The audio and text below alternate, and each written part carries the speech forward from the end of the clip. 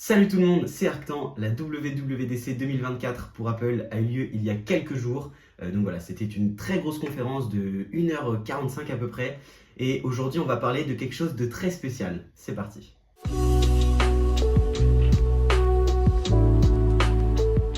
En effet, ça y est, Apple a enfin dévoilé leur intelligence artificielle. Et c'est vrai que ils avaient quand même pas mal de retard, donc ils se sont mis à la page cette année. Ils l'ont baptisé cette intelligence artificielle Apple Intelligence. Et donc c'est assez malin parce que si on prend les premières lettres de chaque mot, ça fait IA comme Artificial Intelligence en anglais. Donc ça c'est plutôt malin. Au programme, une expérience parfaitement personnalisée où tout se passe en local sur l'appareil. Donc ça c'est très très important et face à la concurrence, c'est un argument de taille. C'est-à-dire que la grande majorité des requêtes qu'on demandera à Apple Intelligence se feront en local sur les appareils grâce à la puissance des puces Apple. Seules les grosses requêtes très gourmandes passeront par des serveurs externes, mais même quand ça passera par des serveurs externes, ce sera protégé par ce qu'ils appellent le Private Cloud Compute, je crois. Et donc voilà, donc même quand ça passera à l'extérieur, ce sera quand même chiffré et sécurisé. Siri est enfin vraiment intelligent, plus besoin de lui parler un peu comme un enfant en choisissant bien ses mots pour nous faire comprendre. Maintenant Siri a été donc totalement repensé, refondé. Déjà son design change un peu. Maintenant quand on invoque Siri, c'est plus un petit rond en bas de notre écran, c'est tout le contour de notre écran qui prend vie. Et donc ça, c'est vrai que rien que ça dénote le fait que voilà, Siri connaît entièrement notre téléphone et prend le contrôle de notre téléphone. Je vais vous expliquer pourquoi. En effet, grâce au Neural Engine, Siri nous connaît parfaitement, connaît nos habitudes, le contenu de notre téléphone, des messages en passant par les réglages, par les fonctionnalités. Il connaît vraiment tout et donc on peut lui demander de faire des tâches complexes qu'avant il n'aurait absolument pas compris et absolument pas réalisé. Et il comprend le contexte des discussions. Il retient le contexte de quand on lui parle. C'est-à-dire que voilà, on peut lui demander quelque chose de très précis et ensuite dire ah mince, je me suis trompé et on corrige. Et vu que Siri prend en compte le contexte de la conversation, il est assez intelligent pour lui corriger lui-même de son côté les choses. Donc ça c'est vraiment intéressant et c'est ce qu'a par exemple ChatGPT, cette prise du contexte de la conversation. Et c'est très cool de l'avoir en natif via Siri sur les iPhones. Ça va quand même changer beaucoup de choses dans nos habitudes d'utilisation des iPhones. Étant donné que Siri connaît parfaitement notre appareil, on peut rechercher quelque chose de très précis. Par exemple, si on veut rechercher une information dans un message, si on veut demander à quelle heure arrive ma mère à l'aéroport, Siri, donc je demande à Siri cette requête, à quelle heure arrive ma mère à l'aéroport, et il va donc chercher dans tous les messages, il va éplucher. S'il trouve par exemple le contact de ma mère, un aéroport, un numéro de vol, il va pouvoir recouper les informations et me donner une information pertinente et véridique sur ce que je lui ai demandé. Il n'était absolument pas capable de faire ça avant. On peut aussi par exemple rechercher des photos très précises dans l'application photo. On lui demande par exemple, trouve-moi une photo de telle personne ou de tel animal, habillé de telle façon, à tel endroit, avec quelque chose de telle couleur. Et donc il sait recouper toutes les informations qu'on lui donne pour nous trouver ce qu'on recherche. Et voilà, donc c'est vraiment, en fait ça a vraiment un potentiel assez dingue pour nous faciliter la vie. Et c'est vraiment ça le but des intelligences artificielles. Donc voilà, Siri est beaucoup plus intelligent et on peut s'exprimer beaucoup plus clairement et naturellement qu'avant. Et ça, c'est un gros avantage vraiment parce que on n'a pas besoin de réfléchir à ce qu'on veut dire, à ce qu'on veut faire. Vraiment, on invoque Siri et c'est naturel, on lui parle et ça y est, ça déroule et on a toutes les informations qu'on veut. Apple Intelligence va aussi pouvoir nous aider dans les contenus écrits, comme par exemple la rédaction de mails, de messages ou dans les notes. Ça, c'est assez intéressant. On va pouvoir, grâce à Apple Intelligence, résumer un mail, changer de style de phrase, de tournure, de ton. Vraiment, on peut faire, voilà, c'est vraiment très complet, comme ça existe sur, par exemple, ChatGPT ou d'autres intelligences artificielles des concurrents. Et voilà, donc ça, c'est vraiment cool que ce soit vraiment disponible en natif dans toutes les applications d'Apple. C'est vraiment un gros avantage. Ça va aussi nous permettre une meilleure hiérarchisation des notifications. Je m'explique.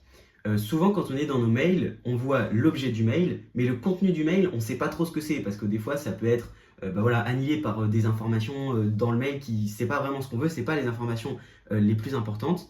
Et donc, Apple Intelligence va pouvoir comprendre le contenu de nos mails et de nos messages, et donc, par exemple, quand on sera dans notre boîte mail, nous mettre en les quelques lignes qui nous permettent de lire le contenu du mail. Ce sera vraiment les choses les plus directives qu'il y a dans le mail.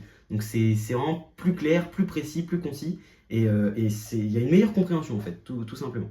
Aussi, par exemple, il va pouvoir comprendre donc le contenu de nos messages. Si par exemple, il y a un message qui fait référence à une date ou une heure qui se rapproche dans le temps. Par exemple, quelqu'un qui nous a invités au restaurant demain à midi et on lui a toujours pas répondu, eh bien, Apple Intelligence va comprendre ça, va le savoir, et donc il va nous envoyer une petite notification en disant tiens, t'as pas répondu à ça alors que l'heure approche quand même, c'est quand même dans pas longtemps, est-ce que tu veux pas y répondre? Et donc il va nous proposer cette notification en priorité. Donc voilà, toutes ces nouveautés fonctionnent évidemment sur toutes les applications d'Apple, mais fonctionnent aussi donc sur les applications tierces, car comme je l'ai dit, Siri connaît parfaitement notre téléphone, et même si on télécharge des applications via l'App Store, il pourra quand même interagir avec celle-ci quand on lui demandera. En parlant d'applications, Apple a dévoilé une nouvelle application, ça s'appelle Image Playground. Qu'est-ce que c'est? En gros, c'est la possibilité de générer des images, donc voilà, une IA générative d'images, et donc selon trois styles possibles. Le style qu'ils appellent sketch, le style illustration et le style animation. Et donc ça c'est très intéressant parce qu'on pourra par exemple donner des mots-clés, soit en écrivant, soit en dictant, et on pourra donc donner des mots-clés pour que Apple Intelligence nous fasse une image totalement personnalisée et totalement en cohérence avec ce qu'on avait dans la tête. Et donc ça c'est très cool parce qu'on pourra l'utiliser dans des conversations, on pourra l'utiliser dans nos notes, par exemple sur les iPads. Si on fait un croquis au pencil, si on fait un croquis d'une maison par exemple au pencil, on pourra demander à Image Playground, en entourant le petit dessin qu'on a fait, Image Playground pourra créer et générer une image bien droite, bien belle, à partir juste d'un simple croquis ou d'un simple dessin.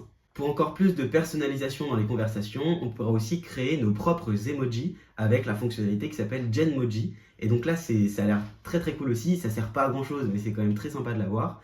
On pourra par exemple, voilà, encore une fois, demander un emoji totalement farfelu.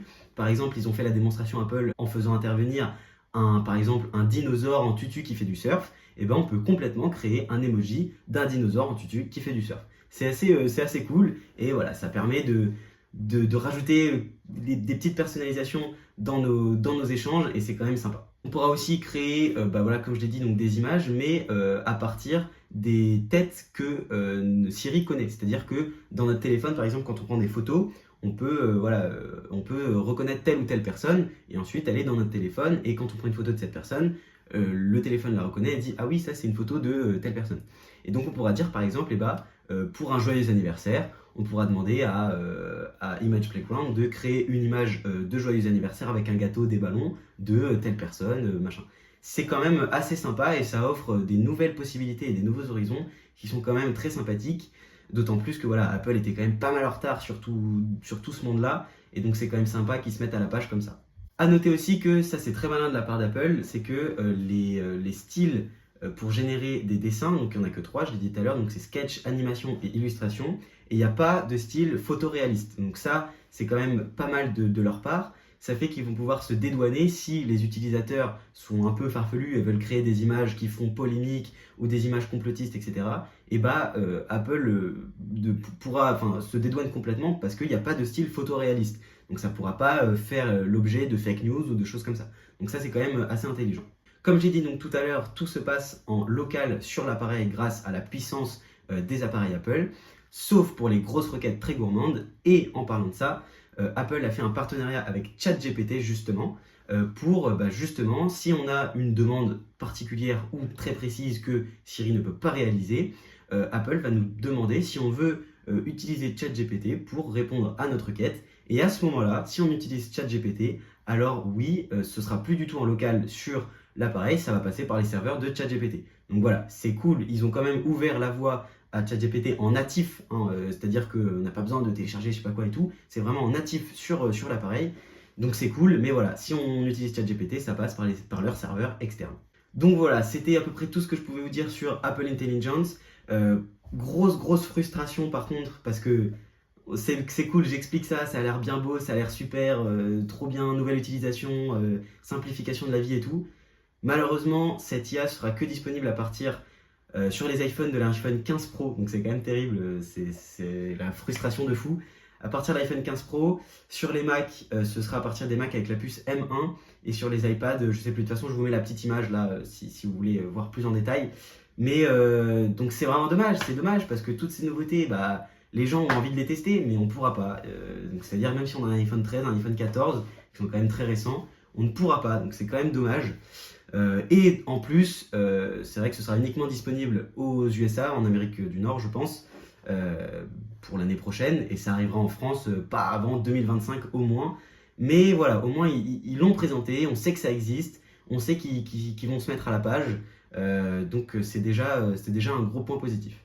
J'espère que cette vidéo vous aura plu et que j'aurai pu vous éclairer un maximum possible sur cette nouvelle intelligence artificielle d'Apple. On se retrouve pour parler des autres nouveautés de la WWDC.